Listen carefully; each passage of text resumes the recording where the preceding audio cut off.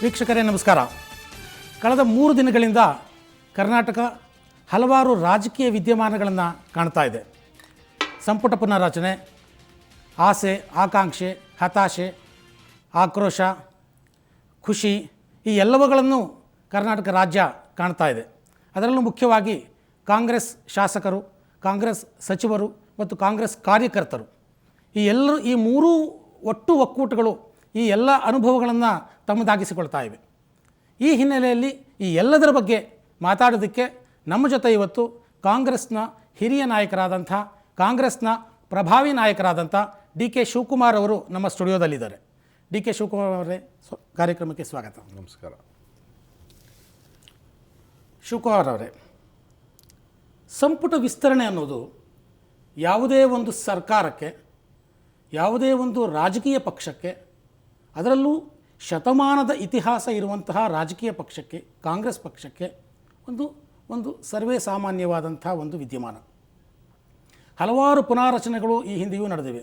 ಅದರಲ್ಲಿ ನೀವು ಭಾಗಿಯಾಗಿದ್ದೀರಿ, ನೀವು ಅದನ್ನು ನೋಡಿದ್ದೀರಿ. ಆದರೆ ಈ ಬಾರಿಯ ಸಂಪುಟ ಪುನಾರಚನೆಯನ್ನು ನೀವು ಹೇಗೆ ವಿಶ್ಲೇಷಣೆ ಮಾಡ್ತೀರಿ?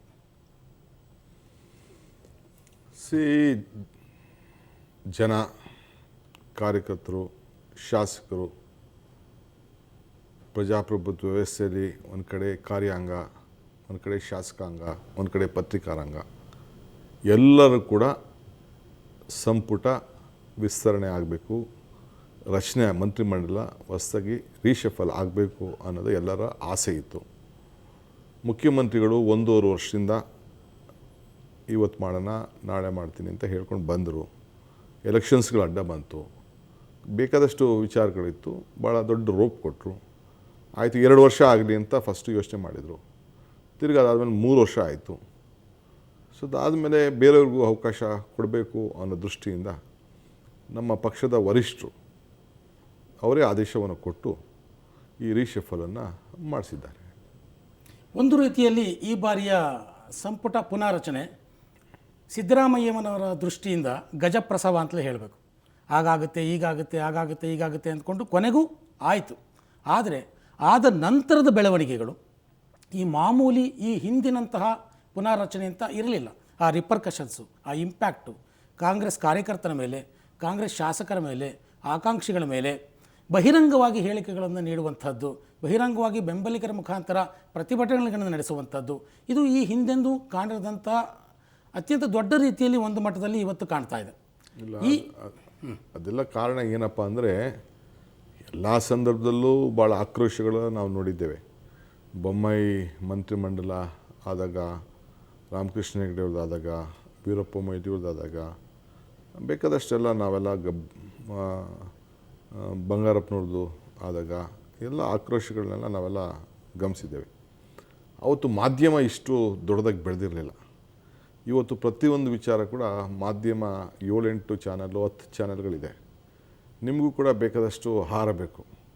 ಸೊ ಅದಕ್ಕೆ ಬೇಕಾದಷ್ಟು ವಿಚಾರಗಳು ತಕ್ಷಣ ತೋರಿಸ್ತಾ ಇದ್ದೀರಿ. ಅದನ್ನು ಅವರು ಲೀಡರ್ಶಿಪ್ ತೋರಿಸ್ಕೋಬೇಕು, ಅವ್ರ ನಾಯಕತ್ವ ತೋರಿಸ್ಬೇಕು, ನಾನು ಭಾಳ ಅಭಿಮಾನಿ ಇದ್ದೀನಿ ಅಂತ ತೋರಿಸ್ಕೋಬೇಕು, ನಾನು ಭಾಳ ಪ್ರಾಮಾಣಿಕ, ನನ್ನ ಪ್ರಾಣ ತ್ಯಾಗ ಮಾಡ್ತಾಯಿದ್ದೀನಿ ಅಂತ ತೋರಿಸ್ಕೊಳ್ಬೇಕು. ಅಂಥವೆಲ್ಲ ಕೆಲವು ಕಾರ್ಯಕರ್ತರು ಇದನ್ನು ಸಂದರ್ಭನ ಉಪಯೋಗಿಸ್ಕೊಳ್ತಾ ಇದ್ದಾರೆ. ನೀವು ಕೆಲವ್ರನ್ನ ನಿಮ್ಮ ಚಾನಲ್ ಯಾರು ಏನೇನು ಹೇಳ್ತಾರೆ ಬಾಯಿಗೆ ಎತ್ಕೊಂಡೋಗಿ ಮೈಕ್ನ ಹಿಡಿತಾ ಇದ್ದೀರಿ. ಯಾರ ಕೈಲಿ ಏನಾದ್ರು ಒಂದು ಹೇಳಿಸಿಸ್ಬೇಕು, ಅದನ್ನೇ ಒಂದು ದೊಡ್ಡ ನ್ಯೂಸ್ ಮಾಡಬೇಕು. ಸೊ ನಿಮ್ಮದು ಕೂಡ ನಿಮ್ಮ ಟಿ ವಿಗಳು ನಡಿಬೇಕು. ಅಂದರೆ ಕಾಂಗ್ರೆಸ್ ಪಕ್ಷದಲ್ಲಿ ಒಡಕು ಮೂಡಿಸುವಂಥ ಶಕ್ತಿ ಮಾಧ್ಯಮಕ್ಕೂ ಇದೆ ಅಂತ ಹೇಳ್ತಾ ಇದ್ದೀವಿ. ನೋಡ್ರಿ, ಪ್ರಜಾಪ್ರಭುತ್ವ ವ್ಯವಸ್ಥೆಯಲ್ಲಿ ಈಗ ನಾನು ಮಾಧ್ಯಮ ಹೇಳ್ತೀನಿ ಕೇಳಿ. ಮಹಾರಾಷ್ಟ್ರಲ್ಲಿ ವಿಲಾಸರಾವ್ ದೇಶ್ಮುಖ್ ಭಾಳ ಎಷ್ಟು ಸರ್ಕಾರನ ಒಟ್ಟಿಗೆ ತೆಗೆದುಕೊಂಡು ಹೋದರು, ಯಾವ ರೀತಿ ಒಂದು ಸಂಯುಕ್ತ ಸರ್ಕಾರ ನಡೆಸ್ಕೊಂಡು ಹೋದ್ರು ಅಂತೇಳಿ ಇಡೀ ದೇಶದ ಜನ ಗೊತ್ತು. ಬರೀ ಆ ಒಂದು ಇನ್ಸಿಡೆಂಟಲ್ಲಿ ಹಿಂದೆ ಗೊತ್ತಿಲ್ಲದೆ ಒಬ್ಬ ವರ್ಮ ಬಂದ್ಬಿಟ್ಟಿದ್ದ, ರಾಜಗೋಪಾಲ್ ವರ್ಮನ ಏನಾಯಿತು ಸಮ್ ವರ್ಮ, ಮಗನ ಫಿಲಮ್ನ ಶೂಟ್ ಮಾಡೋಕ್ಕೆ ಕರ್ಕೊಂಡು ಹೋದ್ರು ಅಂತ ಒಂದು ಸ್ಟೋರಿ ಬಂದ್ಬಿಡ್ತು. ಕಾಂಗ್ರೆಸ್ ಪಾರ್ಟಿ ಒಬ್ಬ ಚೀಫ್ ಮಿನಿಸ್ಟರ್ನ ಚೇಂಜ್ ಮಾಡಬೇಕಾದಂಥ ಪರಿಸ್ಥಿತಿ ಬಂದ್ಬಿಡ್ತು. ಸೊ ನಮ್ಮ ಶಿವರಾಜ್ ಪಾಟೀಲ್ರು ಬೆಳಗ್ಗೆ ಒಂದು ಸೂಟ್ ಹಾಕಿದ್ರು, ಸಾಯಂಕಾಲ ಒಂದು ಸೂಟ್ ಹಾಕಿದ್ರು, ಇವತ್ತು 7 ಸೂಟ್ ಹಾಕಿದ್ರು ಇಂಥ ದಿನ ಅಂತ ಅಂದ್ಬಿಟ್ಟು ಅದ್ರದ್ದು ಒಂದು ಸ್ಟೋರಿ ಮಾಡಿದ್ರು. ಸೊ ಅವ್ರು ರಾಜೀನಾಮೆ ಕೊಡಬೇಕಾದಂಥ ಪರಿಸ್ಥಿತಿ ಬಹುಶಃ ಇಲ್ಲಿ ಚೀಫ್ ಮಿನಿಸ್ಟರ್ ಬದಲಾಗುವಂಥ ಯಾವುದೇ ಸಂದರ್ಭ ಬಂದ್ಬಿಡ್ತು ಇಲ್ಲ ಅಂತ ಅನ್ಕೋತೀನಿ. ಬಂದ್ಬಿಡ್ತು. ಹಂಗೆ ಮಾಧ್ಯಮದವ್ರದ್ದು ಕೂಡ ಬೇಕಾದಷ್ಟು ರೋಲ್ಗಳಿದೆ.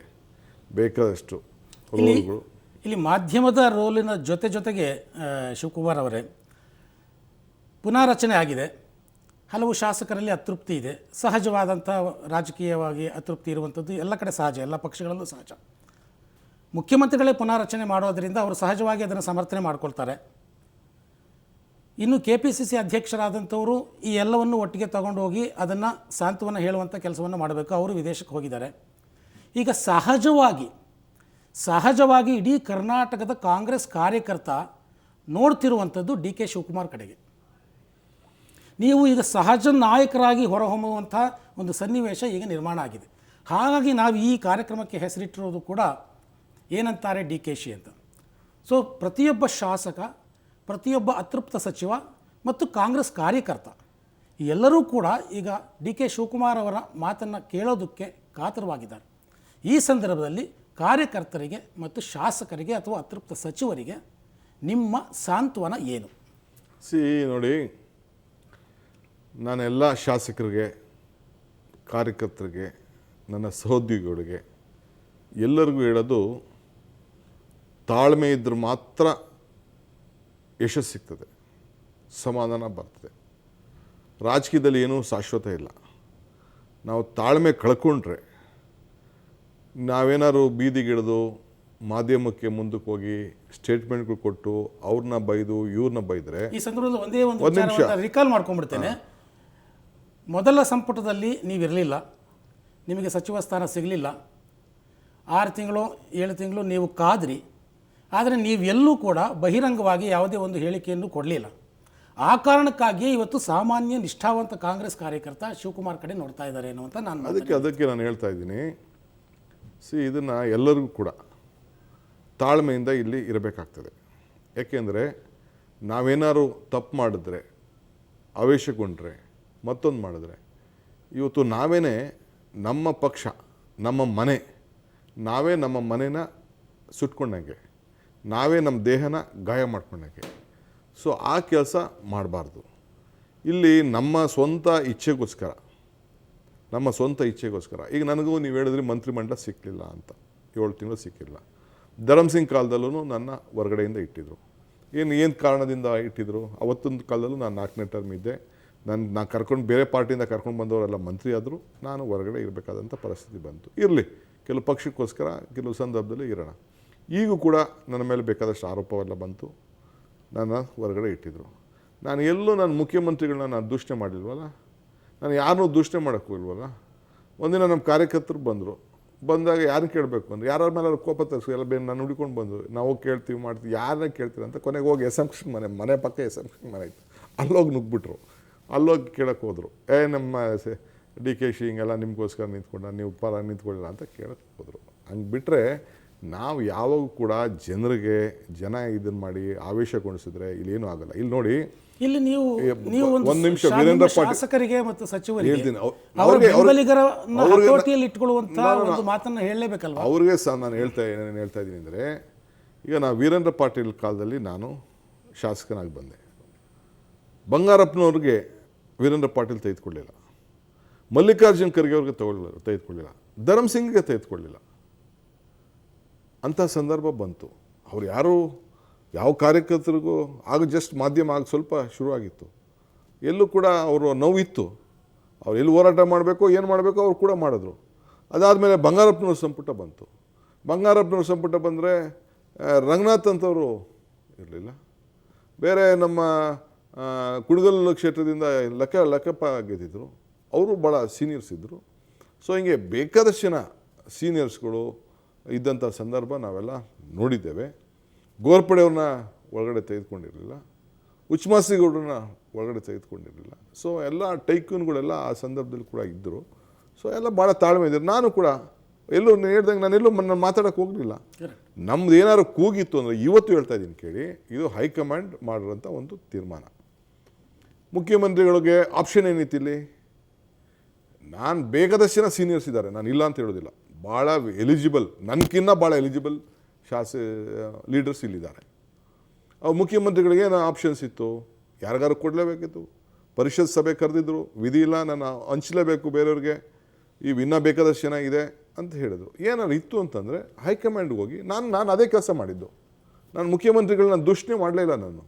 ನಾನು ಹೋದೆ ಹೈಕಮಾಂಡ್ಗೆ, ನನ್ನ ವಾದನ ನಾನು ಮಣ್ಣೆ ಮಾಡಿದೆ. ಅವ್ರು ಕೇಳಿದ್ರು, ತಿರ್ಗಾ ಇಲ್ಲ ನೀನು ಶಿವಕುಮಾರ್ ಕಳಿಸ್ಬೇಕು, ಸರ್ಕಾರದಲ್ಲಿ ಇರಬೇಕು ಅಂತ ಹೇಳಿದ್ರು, ನನ್ನ ತೆಗೆದುಕೊಂಡ್ರು. ಸೊ ಏನಾರು ಇದ್ದರೆ ನಮ್ಮ ಪಕ್ಷದಲ್ಲಿ ಎಲ್ಲಿ ಕೇಳಬೇಕು ಅಲ್ಲಿ ಕೇಳಬೇಕು ಹೊರತು ರಸ್ತೆಯಲ್ಲೆಲ್ಲ ಕೇಳೋದಲ್ಲ. ಈ ರಸ್ತೆಯಲ್ಲಿ ಕೇಳಿದ್ರೆ ಇದು ಕಾರ್ಯಕರ್ತರು, ಇದು ಒಬ್ರದಲ್ಲ, ಇದು ಪಾರ್ಟಿ ಕಾರ್ಯಕರ್ತರು ಸೇರಿ ಲಕ್ಷಾಂತರ ಜನ ನಮ್ಮ ಪಕ್ಷವನ್ನು ಕಟ್ಟಿದ್ದಾರೆ, ತಂದಿದ್ದಾರೆ. ಎಷ್ಟೋ ಜನಕ್ಕೆ ಒಂದು ಸಣ್ಣ ಬೋರ್ಡ್ ಮೆಂಬರ್ ಮಾಡೋಕ್ಕಾಗಿಲ್ಲ, ನಾವು ಅವ್ರಿಗೆ ಅಧಿಕಾರ ಸಿಕ್ಕಿಲ್ಲ. ಸೊ ತಾಳ್ಮೆಯಿಂದ ಮತ್ತೆ ಈ ಸರ್ಕಾರ ತಂದು ಡಿಸ್ಟ್ರಿಬ್ಯೂಷನ್ ಆಗಬೇಕು, ಪವರ್ ಶೇರ್ ಆಗಬೇಕು, ಕೇರ್ ಆಗಬೇಕು. ಸೊ ಈ ಸಂದರ್ಭದಲ್ಲಿ ಎಲ್ಲರೂ ಕೂಡ ಈ ರಾಜ್ಯದ ಹಿತಕ್ಕೆ, ಪಕ್ಷದ ಹಿತಕ್ಕೋಸ್ಕರ ತಾಳ್ಮೆನ ಕಳ್ಕೊಳ್ಳೋದ್ರಲ್ಲಿ ಅರ್ಥ ಇಲ್ಲ. ನಿಮ್ದಿದೆ, ನೋವಿದೆ, ನಾನು ಹೇಳ್ತೇನೆ, ಬೇಕಾದಷ್ಟು ಅನ್ಯಾಯಗಳು ಆಗಿದೆ, ನಾನು ಇಲ್ಲ ಅಂತ ನಾನು ಹೇಳೋದಿಲ್ಲ. ನೋವಿದೆ ಅಂತ ಹೇಳಿದ್ರಿ ಶಿವಕುಮಾರ್ ಅವರೇ. ನೋವಿರುವಂತಹ ಕೆಲವು ಶಾಸಕರು ಓಪನ್ ಆಗಿ ಮಾಧ್ಯಮದ ಮುಂದೆ ಮಾತಾಡಿದ್ದಾರೆ. ಕೆಲವರು ವಿಧಾನಸೌಧದ ಮುಂದೆ ಮೌನ ಧರಣಿ ಕೂತಿದ್ದಾರೆ. ಇನ್ನು ಕೆಲವರು ಅಂಬರೀಷ್ ಅಂತವರು ರಾಜೀನಾಮೆ ಪತ್ರವನ್ನೇ ರವಾನಿಸಿಬಿಟ್ಟಿದ್ದಾರೆ. ನೀವು ಅಂಬರೀಷ್ ಅವರ ಜೊತೆ ಮಾತಾಡಿದ್ದೀರಾ ಅಥವಾ ಮಾತಾಡುವಂಥ ಉದ್ದೇಶ ಇಟ್ಕೊಂಡಿದ್ದೀರಾ? ಖಂಡಿತ ನಾನು ಮಾತಾಡ್ತೀನಿ. ಅವ್ರು ನಮ್ಮ ಸೀನಿಯರ್ ಲೀಡ್ರು, ಅವ್ರಿಗೂ ಗೊತ್ತಿತ್ತು ವಾಸ್ತವಾಂಶ, ಪರಿಸ್ಥಿತಿ ಏನು ಅಂತ ಅವ್ರಿಗೂ ಗೊತ್ತಿತ್ತು. ಅವ್ರು ನೆಕ್ಸ್ಟ್ ಟೈಮ್ ನಾನು ಎಲೆಕ್ಷನ್ ನಿಲ್ಲುವುದಿಲ್ಲ ಅಂತ ಹೇಳಿದರು. ಸೆಂಟ್ರಲಲ್ಲಿ ಮಿನಿಸ್ಟರ್ ಮಾಡಿದರು, 2 ವರ್ಷ ಆಫೀಸ್ಗೆ ಹೋಗಲಿಲ್ಲ. Congress party has digested this. Congress ಪಕ್ಷ ಒಬ್ಬ ಕೇಂದ್ರ ಸಚಿವರು ಯಾರೋ ಏನೋ ಹೇಳಿದ್ರು ಅಂತ ಅಂದ್ಬಿಟ್ಟು ಕಾಂಗ್ರೆಸ್ ಪಾರ್ಟಿ ಅವ್ರನ್ನ ಮಿನಿಸ್ಟರ್ ಮಾಡಿದ್ದು, ಸೋನಿಯಾ ಗಾಂಧಿ ಅವ್ರು ಮಾಡಿದ್ದು, ಮನಮೋಹನ್ ಸಿಂಗ್ ಅವ್ರು ಮಾಡಿದ್ದು, ಅವ್ರನ್ನ ಮಂತ್ರಿ ಮಾಡಿ 2 ವರ್ಷ ಈ did not go to his office.